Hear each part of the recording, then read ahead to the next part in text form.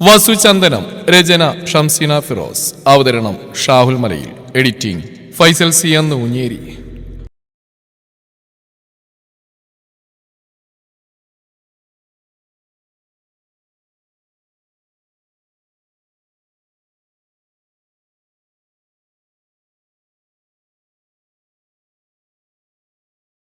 വിശ്വനാഥൻ സെറ്റിൽ നിന്ന് എണീറ്റു. ഒപ്പം രാധികയും.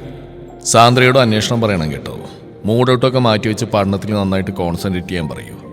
ആര് വിവാഹം കഴിക്കുന്നുവെങ്കിലും ആരുടെ ഒപ്പം ജീവിക്കുന്നുവെങ്കിലും പെൺകുട്ടികൾ എപ്പോഴും ഇൻഡിപെൻഡൻ്റ് ആയിട്ടിരിക്കണം. എങ്കിൽ മാത്രമേ അവർക്ക് അവരുടേതായിട്ടുള്ള വ്യക്തിത്വവും നിലപാടുകളും ഉണ്ടാവുകയുള്ളൂ. ഞങ്ങൾ ഇറങ്ങട്ടെ. രണ്ടുപേരും ഇറങ്ങുന്നതിന് മുന്നേ ഫെർണാണ്ടസിന്റെ മുറിയിലേക്ക് ഒരിക്കൽ കൂടി ചെല്ലുകയും യാത്ര പറയുകയും ചെയ്തു. അവരുടെ കാർ ഗേറ്റ് കടന്നു പോയതിന് പുറകെ തന്നെയാണ് സണ്ണി എത്തിയത്. വിഷുരങ്ങളായിരുന്നോ? കാറിൽ ലോക്ക് ചെയ്ത് അവൻ ചോദ്യഭാഗത്തോടെ സിറ്റ് ഔട്ടിലേക്ക് കയറി. രാധികയുണ്ടായിരുന്നു. അപ്പച്ചനെ കാണാൻ വന്നാ. ഞാൻ അവരോട് സാന്ദ്രയുടെ കാര്യം അവതരിപ്പിച്ചിട്ടുണ്ട്. വസുദേവിനോട് അതേപ്പറ്റി സംസാരിക്കാമെന്നും പറഞ്ഞിട്ടുണ്ട്. സണ്ണിയൊന്ന് മൂളുക മാത്രം ചെയ്തു. വെറുതെ മൂളിയാലും നടക്കില്ല. പറയേണ്ട പോലെ പറയുകയും ചെയ്യേണ്ട പോലൊക്കെ കാര്യങ്ങൾ ചെയ്യും വേണം. എന്നാലേ എന്തെങ്കിലുമൊക്കെ ആകുകയുള്ളൂ. തെരേസ അവന് പുറകെ അകത്തേക്ക് കയറി. ഞാനെന്ത് ചെയ്യണമെന്നാ? അമ്മച്ചി പറഞ്ഞിട്ടുണ്ടല്ലോ കാര്യങ്ങൾ. വസുവിനോട് സംസാരിച്ച് അവൻ്റെ ഭാഗം കൂടെ എന്തെന്ന് അറിയട്ടെ ആദ്യം. അവൻ പെട്ടെന്നൊന്നും സമ്മതിക്കില്ല. അത് നിനക്കും അറിയാലോ. അപ്പോഴാ നീ സംസാരിക്കേണ്ടത്.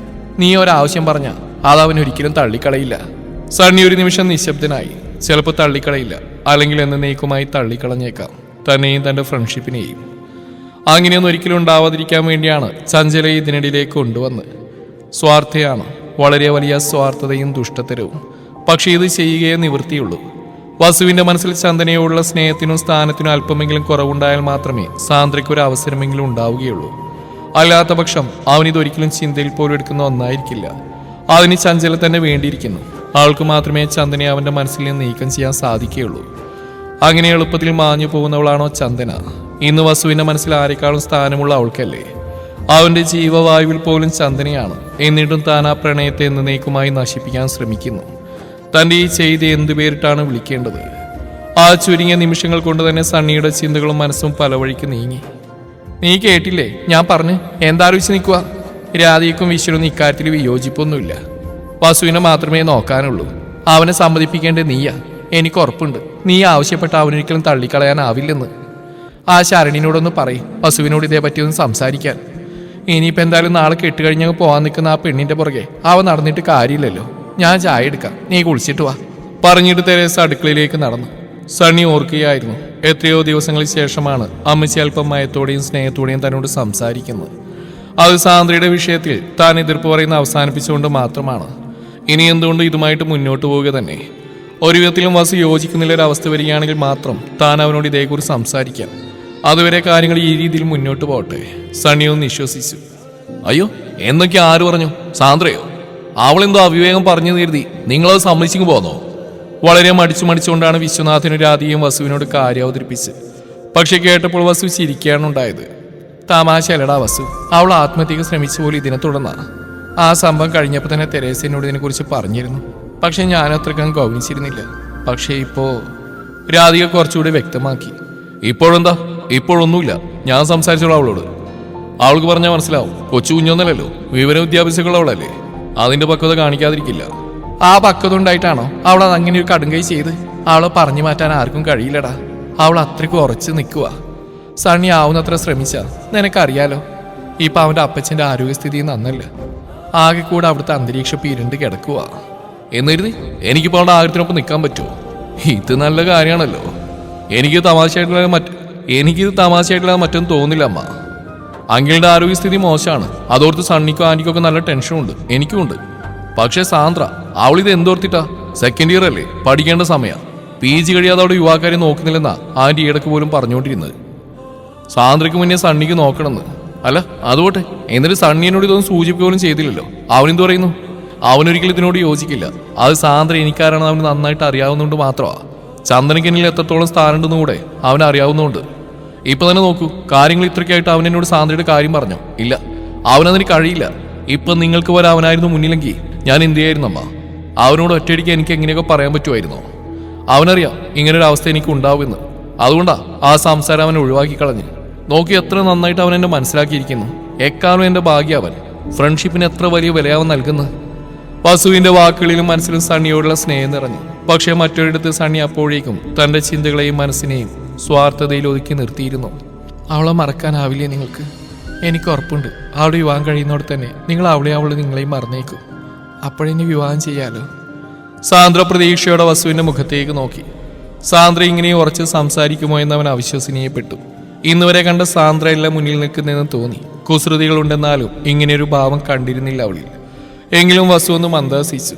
ഒരിക്കലും ഉണ്ടാവില്ല അത്. ഞാൻ ചന്ദനെയോ മറക്കാൻ പോകുന്നില്ല സാന്ദ്ര. നീ ഊഹിക്കുന്നതിലും ചിന്തിക്കുന്നതിലും എത്രയോ അപ്പുറമാണ് എനിക്ക് അവള്. മരണത്തോടെ അല്ലാതെ മറവിലേക്ക് പോവാത്ത ഒന്ന്. എൻ്റെ ഓരോ ഹൃദയമിടിപ്പിലും ഉണ്ടവൾ. അതുകൊണ്ടല്ലേ അവൾ അരികിലില്ലെന്നാലും ഞാൻ അത്രയ്ക്ക് വേദനിക്കാത്തത്. അതൊരു താഴ്വേര് പോലെ ആഴത്തിൽ ഇറങ്ങിച്ചെന്ന ഒന്നാ ഞങ്ങളുടെ പ്രണയം. അതിന് നിന്നോട് വിവരിക്കാനോ നിർവചിക്കാനോ കഴിയില്ല എനിക്ക്. കഴിഞ്ഞെന്നാൽ തന്നെ നീ അതിനെ മനസ്സിലാക്കാനും പോകുന്നില്ല. അവിടെയാ നീയും ചന്ദനും വ്യത്യസ്തമായിരിക്കുന്നത്. നിനക്ക് പ്രായമേ ഉള്ളൂ, പക്വത കൈവന്നിട്ടില്ല. അതിനർത്ഥം എൻ്റെ പ്രണയം തമാശയാണെന്നാണോ? ഞാൻ പറയുന്നതൊക്കെ വിഡ്ഢിത്തരാണെന്നാണോ? സാന്ദ്രയ്ക്ക് സഹിക്കാൻ കഴിയാത്ത പോലെ തോന്നി. എന്തിനോ വേണ്ടി ശബ്ദത്തിൽ ദേഷ്യവും കലർന്നിരുന്നു. അത് ചന്ദനെക്കുറിച്ച് അവൻ വാചാലനായതുകൊണ്ടായിരുന്നു. അതാണ് തന്നെ ഇത്രയും അധികം വേദനിപ്പിച്ച് കളയുന്നതെന്ന് സാന്ദ്ര മനസ്സിലാക്കി. എനിക്ക് സമയമില്ല സാന്ദ്ര, ഞാൻ ഇറങ്ങുക. ജോലി തിരക്കുണ്ടായിട്ട് ഈ വിഷയം എത്ര വേഗത്തിൽ അവസാനിപ്പിക്കാൻ പറ്റുമോ അത്രയും വേഗത്തിൽ അവസാനിക്കണം എന്ന് ഓർത്തിട്ടാ ഞാൻ ഓടി വന്ന്. അല്ലെങ്കിൽ സണ്ണി ഉണ്ടാകുന്ന ഒരു നേരം നോക്കി ഞാൻ വരുമായിരുന്നു. ഇതേപ്പറ്റി ഇനിയൊരു സംസാരം വേണ്ട കേട്ടോ. അതിന് നീയായിട്ട് ഇട നൽകരുത്. ഒത്തിരി സ്നേഹത്തോടെ പറയാൻ ഞാൻ. നിനക്ക് എന്നും മനസ്സിലൊരു സ്ഥാനമുണ്ട്. അതിനൊരിക്കലും ഒരു കോട്ടവും സംഭവിക്കില്ല. ഒരു ചേട്ടൻ അനുജത്തി ബന്ധം, അത് മതി. അവിടെ നമുക്ക് എന്തും പറയാം, ചോദിക്കാം, ചിരിക്കാം, കളിക്കാം. അത്രയും സുഖമൊന്നും മറ്റൊരു തരത്തിലേക്ക് പോകുമ്പോൾ ഉണ്ടാവില്ല മോളെ. ചിലപ്പോൾ ഉള്ള സ്നേഹം കൂടി നഷ്ടപ്പെട്ടേക്കാന്നല്ലാതെ. വാശികളെ നിന്റെ നല്ലതിനല്ല മറ്റൊന്നിനു വേണ്ടിയല്ല പറയുന്നത്. എൻ്റെ സ്വാർത്ഥത കാണുന്ന ഒരിക്കലും കരുതിയേക്കരുത്. ഇടയിൽ ചന്ദന ഇല്ലെന്നാൽ പോലും ഈ വിഷയത്തിൽ എൻ്റെ തീരുമാനം ഇത് മാത്രമായിരിക്കും. ചന്ദനയോടും ദേഷ്യരുത്. ഒരു പാവം കുട്ടിയാ, സണ്ണിക്കും അറിയാം.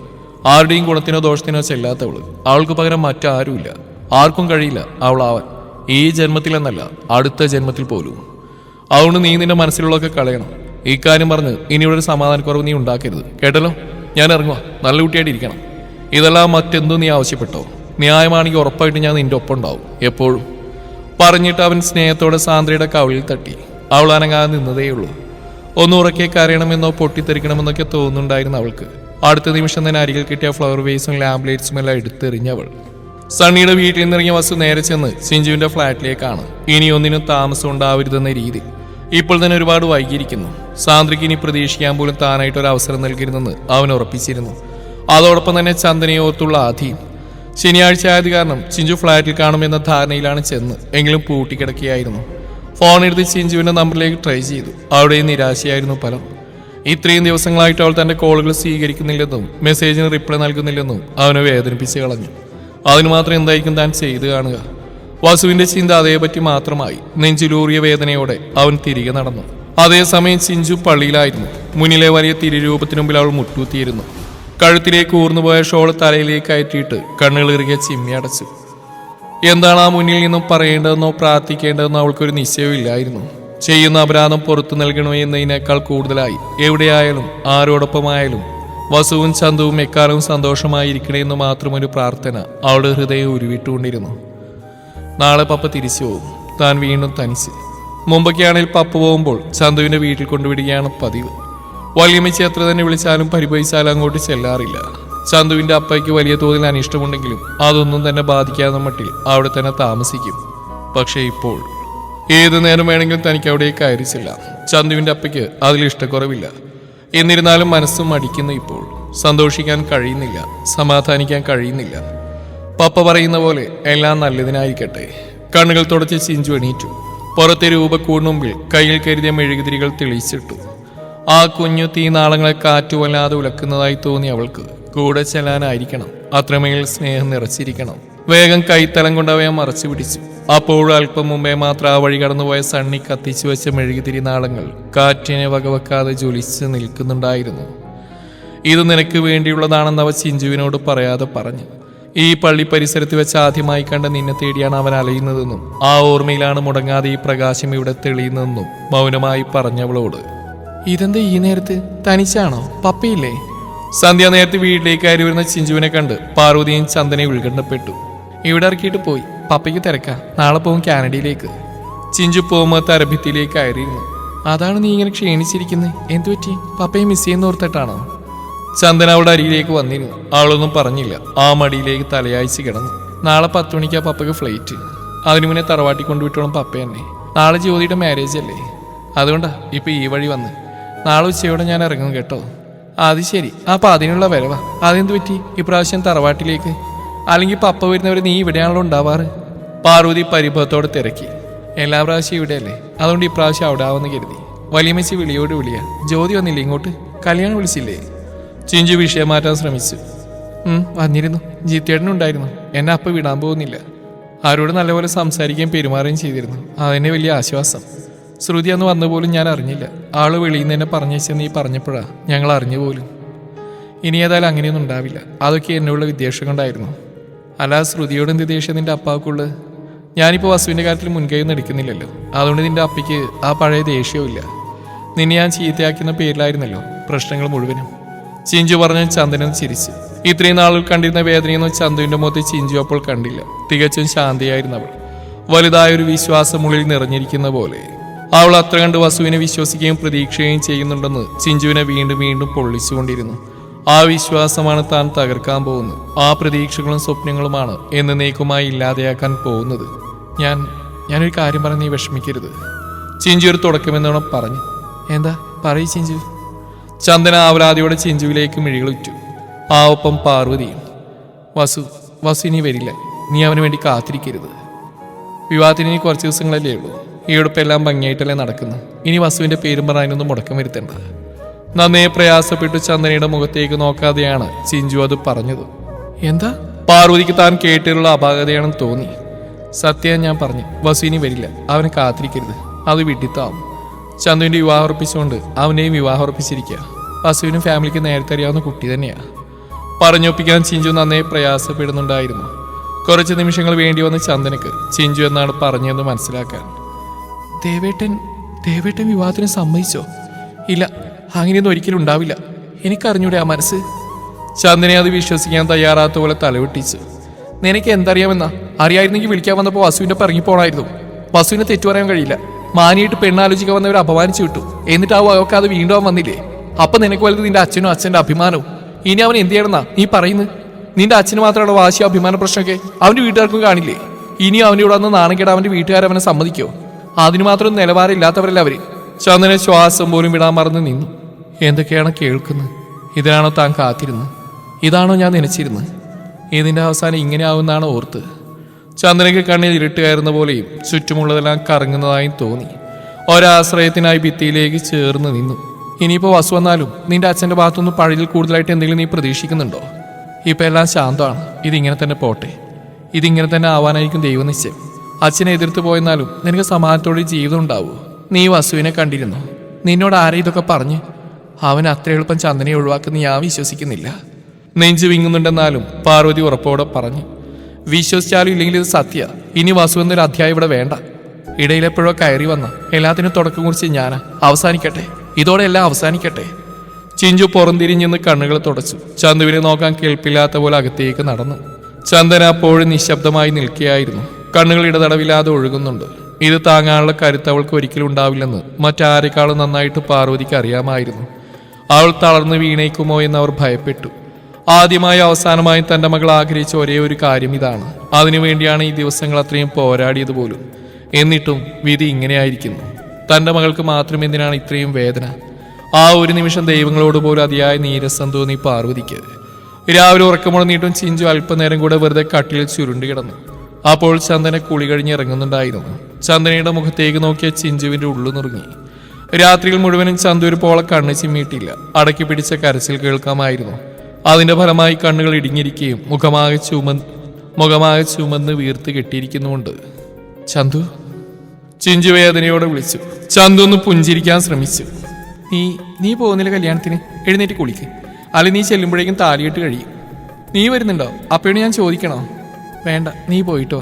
അങ്കിൾ ഉച്ചയോടെ വരുന്നില്ലേ പറഞ്ഞ്. നീ ഇന്ന് തന്നെ പോകുന്നുണ്ടോ? ഇവിടെ നിന്നാ പോരെ നിനക്ക്? ഞാൻ നിന്നെ വല്ലാണ്ട് മിസ് ചെയ്യും. ഉള്ളിലെ വേദന ഒതുക്കി പിടിച്ച് ചന്ദന ചിഞ്ചുനാരിയിൽ വന്നിരുന്നു.